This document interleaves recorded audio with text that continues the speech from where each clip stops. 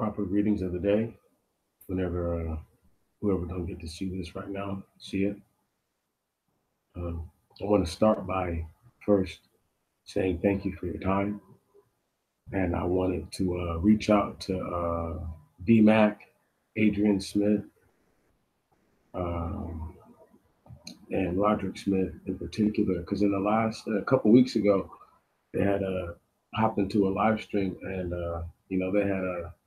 they had left before I had exactly got to talk to him, especially DMAC. You know, that's an interesting brother. But I wanted to talk to those two because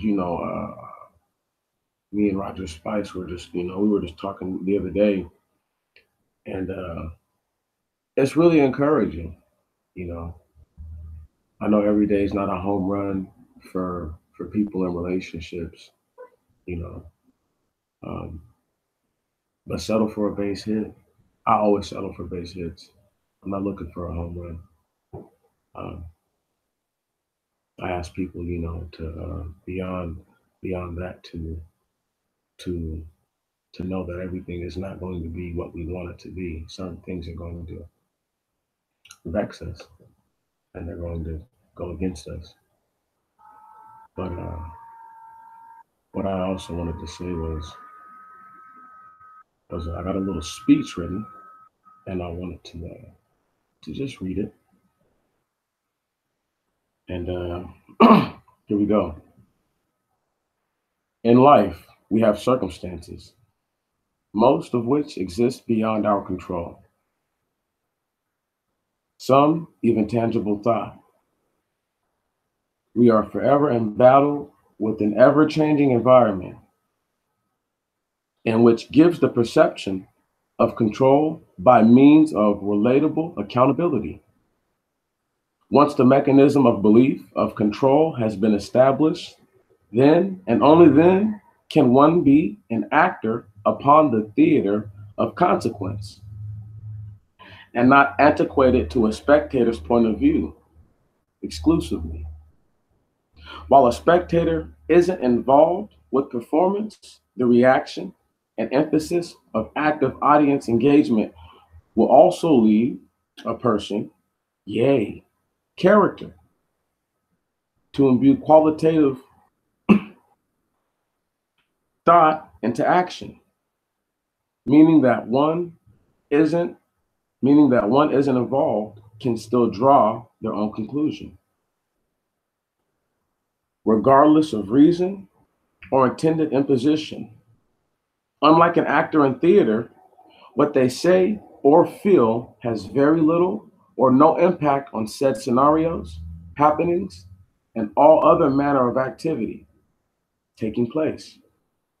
This is a symptom of their station, not an uncontrollable symptom, but one that may have the ability to influence other characters around you. In short, making something that may not be uncontrollable, something that may not be uncontrollable, unavoidable. There we go. The actor within theater is the one who has perceived control, when yet, even they are quelled by venue and setting, which in fact is circumstance, giving them a paired set, giving them a paired seat next to the spectator for being only involved with or being subject to symptoms while being one themselves.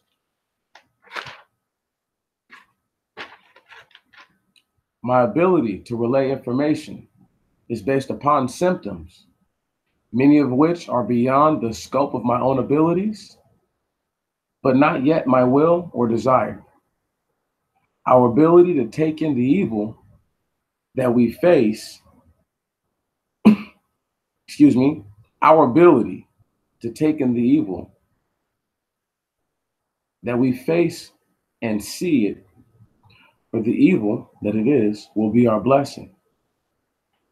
As will it be so for good also. We cannot seek to eradicate the environment, habitat that incubate the situations for adverse, negative, or debilitating symptoms. I normally wouldn't write about what my mouth can say more easily, but in fact, penmanship, I find vulgarities repulsive and refrain from writing such words until what is a thoughtful assignment.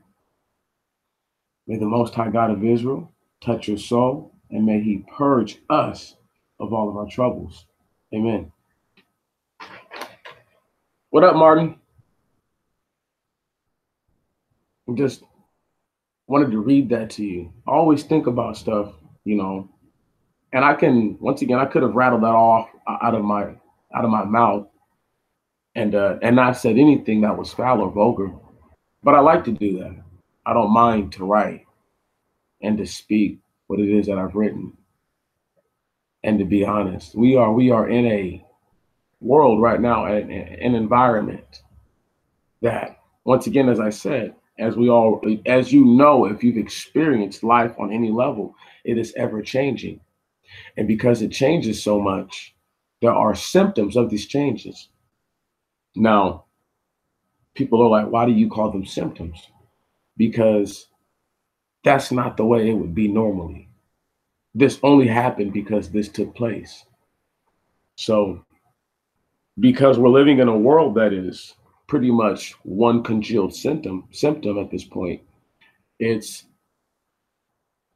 I won't say fair or safe to say, but it's at least thoughtful to say that we are beyond, once again, we are beyond any scope of turning back what has already happened.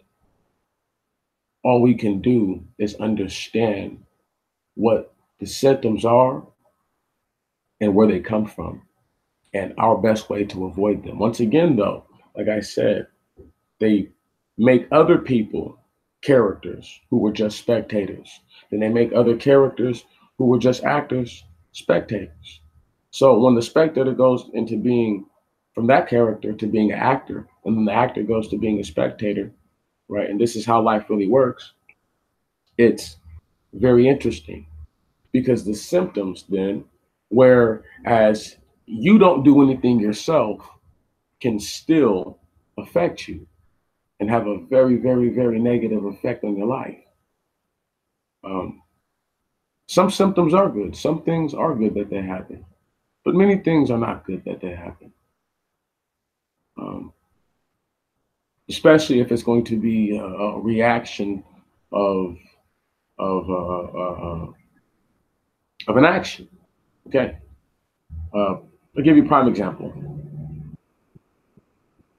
When you talk about people who understand the Bible, and then versus people who don't.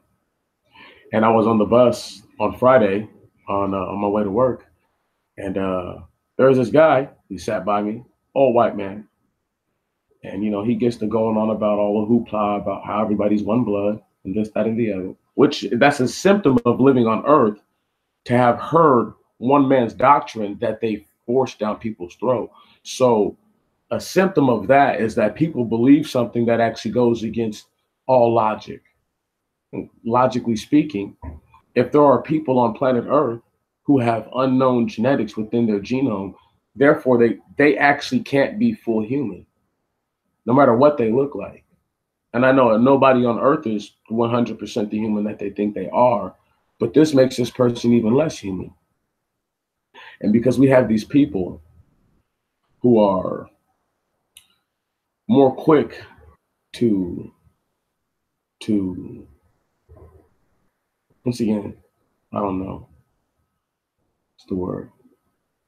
I won't even say that they're speculating, because they attempt to informate or to give information to by their actions, you know, when they understand something false like that, but they're actually hurting, you know, not just, well, they don't hurt me, but they hurt other people who are trying to find these things. Like, and once again, because this guy's talking to me about Paul, and Paul's one man, one man. And this one man goes against everything that is found within the scripture as far as the basis of living a life that is holy and godly unto the Most High. Um, at no point do I ever find the word faith being the catalyst for what the Most High wants people. If there's any F word that the Most High wants people to do, it's the fear word. And it's obviously because people feared other deities, or they feared, things that called themselves deities. However, the mindset is this: the symptom of this man's thought will make another person believe that we are all one blood. Believing that you're one blood makes it to where, well, everything we do is okay. But if we're all one blood, then that makes the Bible null and void. Because once again, why would the scripture say something like they mingle blood with blood? You can't mingle blood with blood if you have the same blood type. It's impossible. It is impossible. So, because people don't base the scripture out to a scientific understanding, greetings, sister, greetings. They don't understand that these symptoms are it. Now, let me get more to just regular base life. Symptom of living. And we ain't even gonna number them off. I'm just gonna rattle down a list. You're in a relationship. You have to share. You don't share, your relationship could be ended. Symptom of that is you can have hurt feelings, or they could have hurt feelings, or you could do something violent to them, or they could do something violent to you, or you could just do something that causes this person to go through adverse consequences, vice versa. And I don't want to get carried away with the examples because there's no need for that. Another symptom of living. If one calls themselves wanting to live in four walls, or perceivably four walls, essentially, then that person has to pay what's called rent, or they must pay a mortgage until they own where it is that they're living. And if they don't do that, then the symptom of this means that they will no longer be living in this place. If they attempt to resist leaving or being asked to leave, then there are authorities who have been given the right of way or the legal leverage to remove you. If you resist these legal authorities and then do something where in which once a symptom of the symptom, now you do something to them, now they can do anything they see fit to you. So because life is built on these symptoms, and everything is symptomatic. I guess people could try to be like, well, if the Most High never made man and woman, the angels would have never sinned against him. I guess you could argue something like that. Um, but more of a symptom than that would just be the fact that they came down and mated with the daughters of men. That right there, and then the symptoms of that, outside of them mating with just the daughters of men, them corrupting all the flesh that was on the earth, they then change everything. Whereas the symptom of the sun coming up every day was to produce fruit that was to go to grow on the trees. The symptom of telling man to be fruitful and multiply was to give the planet a robust population and then the ability to subdue the earth and all the things that were within. Because people don't see this as a symptom, right? And they just read it as words on a page. They cannot understand the happening has far deeper implications than just what you were reading, and because it goes beyond that. If the circumstances were not mitigated when they were first brought to bear, that means that those same circumstances bear themselves to this day. And because people have a hard time accepting or believing that these are symptoms that they're going to have to live with, we are, well, how shall I say, in a bad spot, in a very bad spot. The evil, wicked ways of a man cannot be measured. They cannot be. The Most High says the heart is wicked above all things, deceitful above all things. Who can know it? The Most High has to try the reins to your heart. because only he can actually get that far into your mind.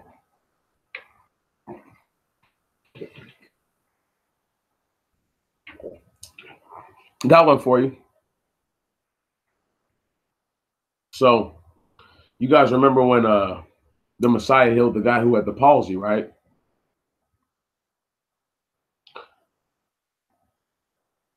Let me find it real quick. Let me look for it 1 second. Because in that right there, there's a strong message. 1 second. And what it is that, so it's Mark chapter 2, verse 3. Let me get there.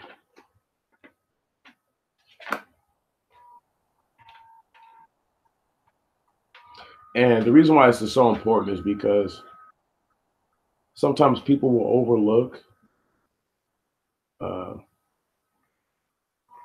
just how powerful it is. What up, Wavy Ben? What up? So check this out. This is how powerful your heart is. We're going to go verse 4 on up. Nope, verse 3. Excuse me. And they came unto him, bringing one sick of the palsy, which was born of 4. And when they could not come nigh unto him for the press, they uncovered the roof where he was. And when they had broken it up, they let down the bed wherein the sick of the palsy lay. When Jesus saw their faith, he said unto the sick of palsy, Son, thy sins be forgiven thee. But there were certain of the scribes sitting there and reasoning in their hearts, what does this man speak blasphemies? Who can forgive sins but God only? And immediately when Jesus perceived in his spirit that they had reasoned within themselves, he said unto them, Why ye reason these things in your heart? So I think it's pretty clear. They thought about it first. First, it's a thought. Before you do anything in your heart, it's a thought. So I have a hard time believing that a person who what's the word I'm looking for? Well, he's the Messiah, supposedly. He's the anointed one, supposedly. Within his own spirit, reason that they reason within their hearts. It's kind of hard for people to say that the heart is not, well, exactly what the Most High said it is. Deceitful and wicked. So, because the heart of the other men were like, this guy's the real dude. Bro, we'll break the roof open to get this man to him. Then there's guys who are already in the room, right? Who are hearing what he's saying, and then they want to call him a blasphemer. Wow. Do you see that? Do you understand the reasoning of the heart? Once again, symptoms of living. Symptoms of living. This is a cold little one right here, because I'm on one right now. I've been on a good one for a second. Can't help it. It's just what it is. Sometimes I'm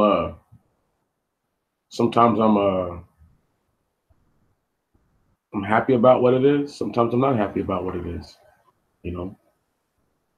But when I read things like that, it's quite clear that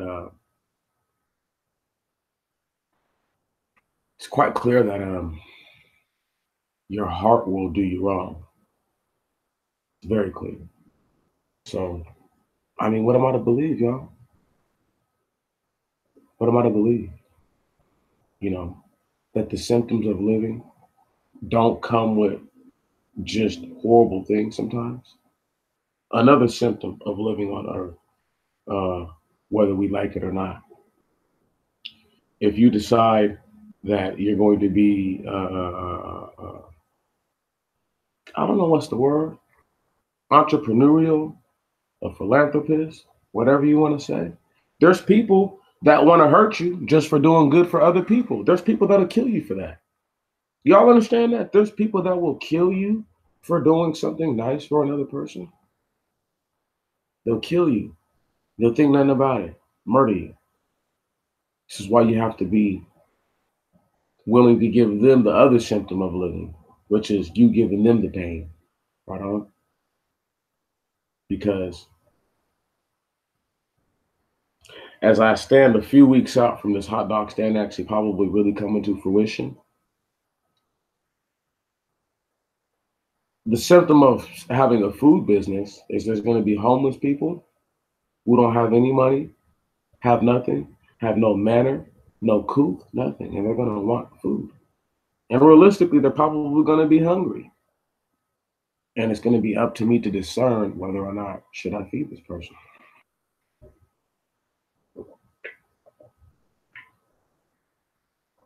When it's like that,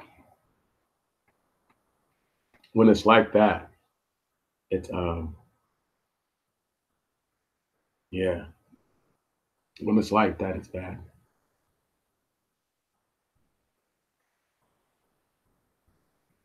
because people don't always really see what it is that you're trying to do for people. You know, it's why dangerous to it's really dangerous to help people because then people might think that you have something that you don't.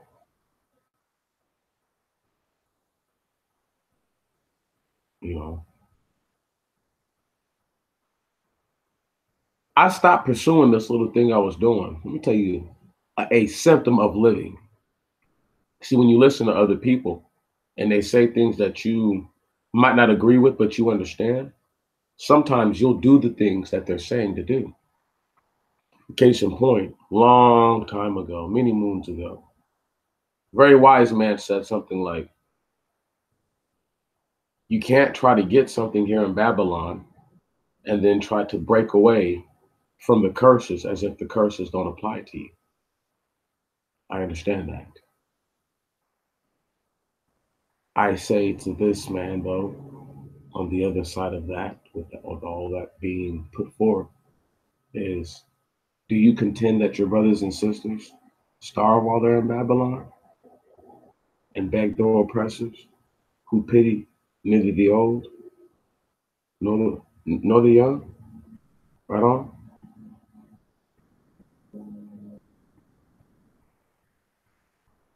Everything is fine.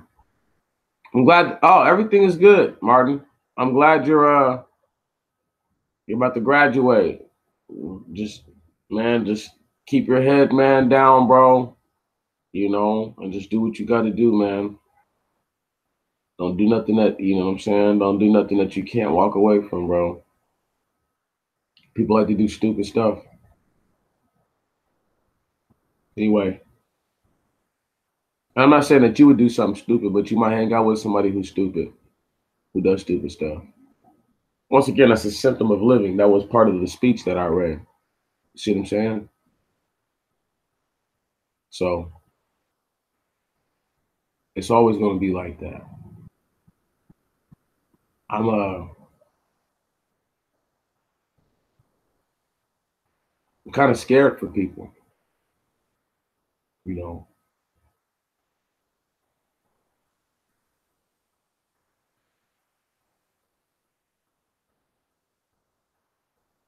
Yeah, you have to be careful, sister. You have to be. You have to be. It's a must, you know. And wavy bend, bro. It's just one of those things, man. The heart is your heart and your soul, man. It's everything, you know. The Most High doesn't want you to love Him with all your mind. He said all your heart, all your soul, all your strength, all your might, all your strength. Can you dig it? Everything you got. Because you can think about worshiping the Most High, but if you don't worship Him, you don't praise Him, you don't fear Him, what have you done for Him? Nothing.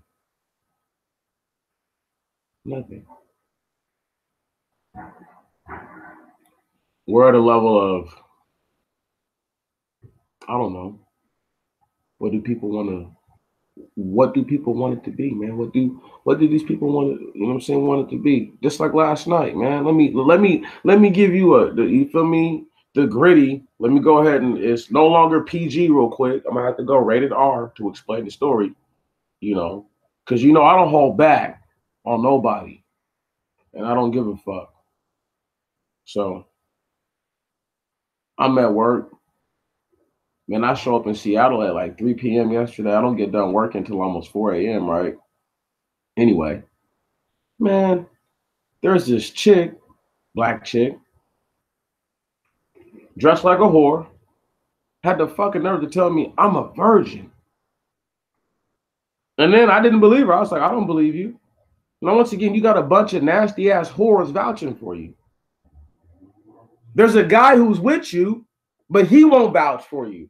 If the nigga had been like, baby girl, I know you're a virgin, had like been like had he spoke to her like I didn't even fucking exist and been like, baby girl, I know you're a virgin. I know you my whole life. I know you ain't never fucked with nobody, right? But he was kind of quiet, like as if he knew that wasn't the truth his damn self. So it's kind of like, man, look, dude, I don't believe you. Don't come out here with that bullshit. You look like a whore. You're hanging out with whores. You're not a virgin. You're not a virgin. Don't no virgin do that. Don't no virgin do that. Nope. Nope. I know grown virgins, right? I know grown people who are virgin right now. It's not what they do. That's not what they I can't stress it enough. That's not what they do. You know what I'm saying? So I can't respect it. Can't respect it. That shit is so foul. And then, once again, being a typical black chick, right? And I'm gonna go in on the black chicks real quick. Now, once again, I normally refrain, even when black chicks start calling me bitch, because women like to call a man bitch real quick. So normally when black chicks start calling me bitch, I normally will give them one back after a while. But lately, I've been on some straight hood shit where it's like the bitch word make me laugh. You know what I'm saying? From them. If a man called me a bitch, you fuck around and get your chiclets punched out. But anyway, the chick is talking out the side of her esophagus, and I'm listening. And I'm just sitting there like, man, this motherfucker right here. And then she gets to telling me how this is why you're lonely, and this is why you're this, and this is why you're this. And I was like, now you do recognize by telling me this is why this, this is why this, this is why this, but you're dressed like a whore telling me that you're a virgin, you sound stupid. Now check this out. If baby girl really is a virgin, one moment, y'all.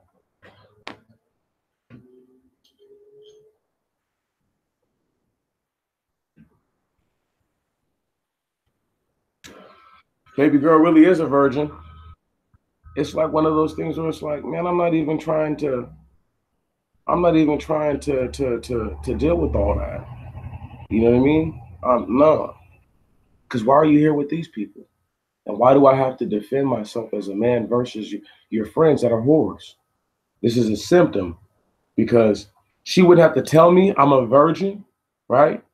If you didn't hang out with people who obviously I know are not a virgins, right? But now you've excused yourself of what you're doing. You've excused yourself of the symptoms of what it looks like. But I know there's no way this chick is a virgin. I've seen this chick leave with hella different dudes, hella different times. I don't know who they think. I don't know who they think they're talking to. Once again, I see way more like interaction stuff than many more people do. Come on in.